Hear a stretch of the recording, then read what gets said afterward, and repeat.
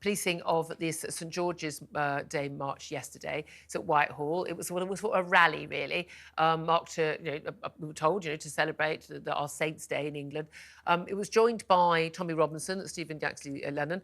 He actually had left court after a judge had thrown out a case against him for wanting to attend, being arrested while he was having breakfast, wanting to attend the march, in fact, that I attended, which was in support of Jewish people, sort of counter anti-Semitism march, a show of solidarity with Jewish people. That case was thrown out by a district judge, saying there was no case to answer. The Met police officer who'd signed the dispersal order had used the wrong dates. It was, it hadn't been legally authorised. It is extraordinary that the police mess up so badly on such a high-profile case.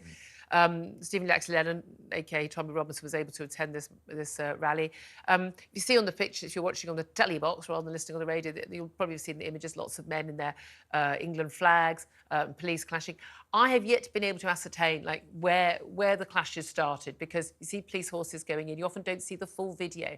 It does appear to me, on the face of it, but I haven't got the full information, and I don't think that is out there yet, of whether the police were just incredibly heavy-handed, loads of riot police on horses, kind of just sort of going in when there was a slight little bit of trouble in this, or when there's no trouble at all, or whether they were reacting to trouble. But it does seem to me to be very, very much in contrast to their policing of pro-Palestine rallies, where the view, even when they are defacing statues and climbing up on the cenotaph and things, the view seems to be of the police, we'll keep it all calm, we won't get involved, we'll take photographs and we'll get these people later.